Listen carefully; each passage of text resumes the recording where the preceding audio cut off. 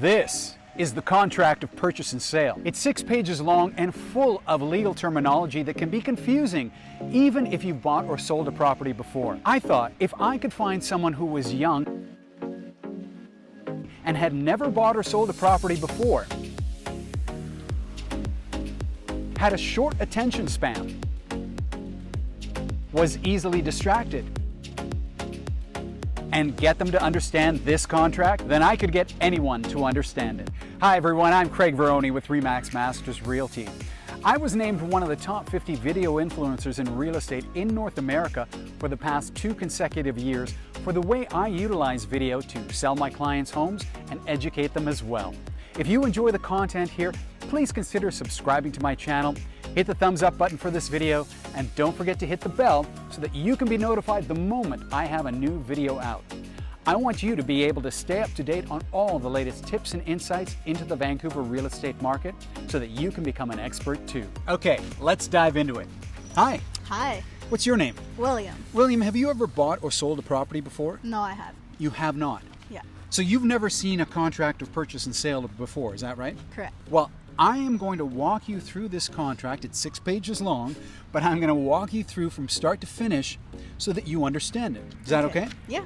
So page 1 of the contract is actually simply an information page and doesn't actually form part of the contract. It provides you with information and definitions of the various terms that are found in the contract. For example, it tells you what a contract is, what a deposit is, what completion and possession mean, and what the title to a property is. Now, of particular importance on this first page, which is the information page, is this right here titled Customary Costs. Now, William, if you were purchasing a home, would you think that you needed to pay anything else other than the purchase price of the home? No. That's very interesting. A lot of people think that who've never bought or sold a home before. And even if they have, they forget that there are additional costs involved when you're purchasing a home. So this lets both the buyer and the seller know about those additional costs. Are you with me so far? Yeah. Excellent. Now we can move on to the next page, which is actually page 1 of the contract. Now the top portion of this page indicates the brokerage information of the agent filling out the form. Next we have the seller's information and the buyer's information. The middle section indicates the property address and its full legal description. Item 1 on this page indicates the purchase price, which is very important, and item 2 indicates the deposit, which is equally as important.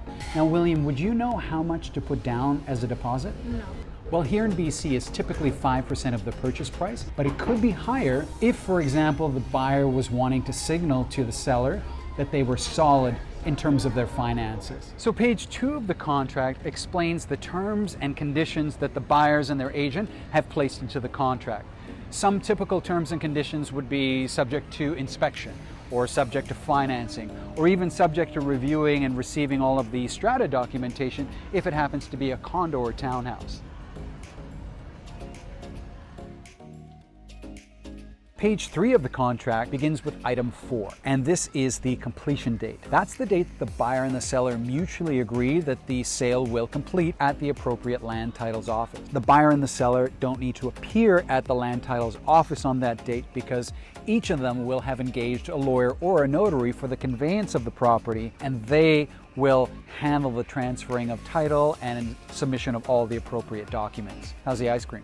It's good. Item 5 is the possession date. Can you guess what that is? Is it the day the buyer takes possession of their home?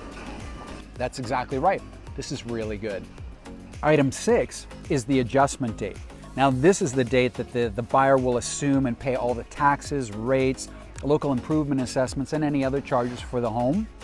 And that date is the same date as the completion date in the contract. Item 7 explains the included items. This is anything that the buyer and seller mutually agree will be included with the sale of the home. So this could be fridge, stove, washer, dryer. What about ice cream?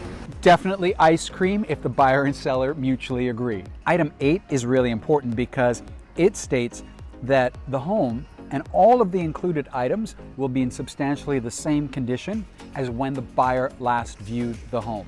So this could be the inspection date, for example, if that's the date that the buyer was last in the home, and that's the date that they put in the contract. Page 4 of the contract is simply an information page. It highlights and defines 9 different terms that are found in the contract. Okay, William, page 5 of... Dad, I'm playing Fortnite. Thank you. Page 5 of the contract has some very important points. Now, item 20 is the assignment of remuneration.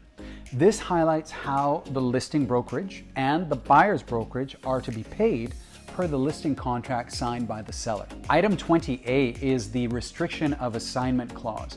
This is a fairly new amendment to the contract of purchase and sale.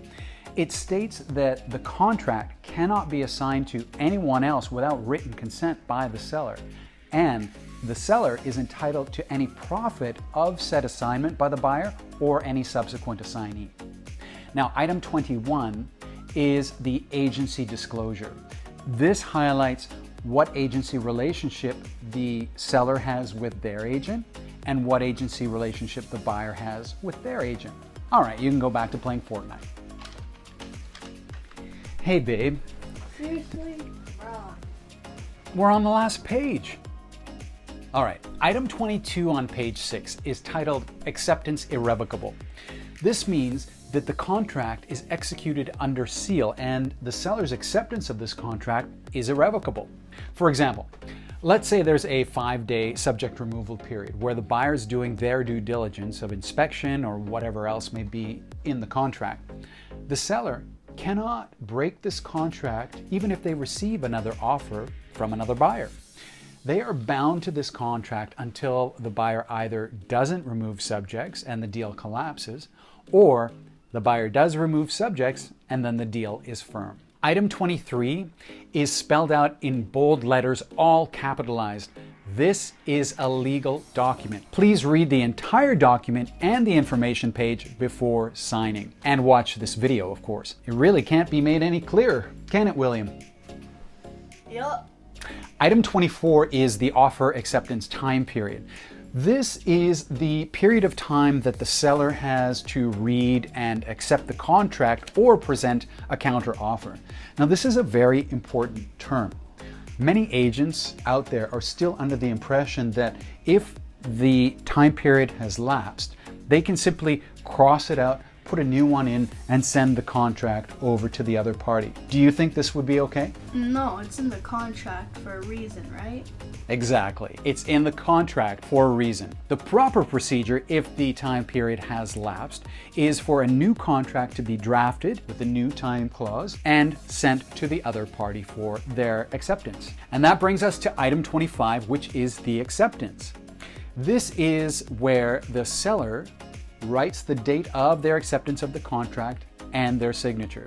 Now there's also a place for the seller to indicate whether or not they're a resident of Canada. So this is whether they are a resident or a non-resident of Canada as defined under the Income Tax Act. And that's it. We've made it through the contract. I hope you've enjoyed today's video, the contract of purchase and sale explained, and hopefully you have a better understanding of this important document. As always, if you enjoy the content here, please subscribe to my channel, hit that thumbs up button, and don't forget to hit the bell so you can be notified the moment I have a new video out. Thank you so much for watching. Have a fantastic day. And remember, this is where you live, love, own Vancouver.